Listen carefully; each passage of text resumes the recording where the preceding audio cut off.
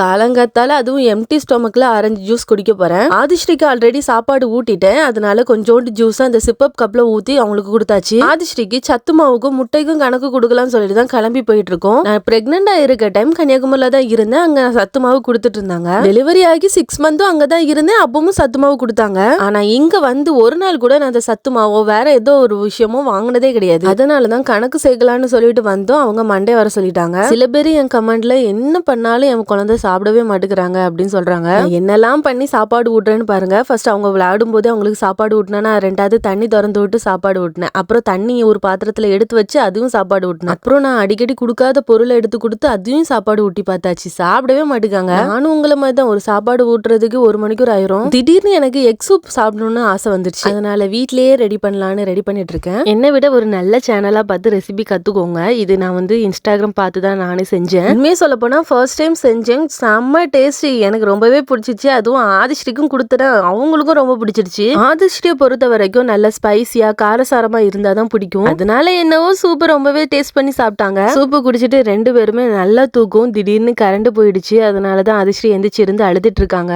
உடம்பு ஃபுல்லா பயங்கரமா விசத்துருச்சு. அதனாலதான் இவ்வளவு அழுக. இங்க அடிக்கடி இப்படிதான் கரண்ட் கட் ஆகுது. நாங்க இருக்கிறது சீட்டு ரூமா, ரொம்பவே வெக்கையா இருக்கும். சீக்கிரத்துல ஒரு இன்வெர்டர் ஒன்று வாங்கணும். இன்னைக்கு கரண்ட் வர்றது மாதிரி தெரியல. பக்கத்துல உள்ள குழந்தைங்கள்லாம் வந்து விளையாட ஆரம்பிச்சதுக்கு அப்புறம் தான் அதிஸ்ரீ அழுகை நிப்பட்டுட்டு விளையாடிட்டு இருக்காங்க.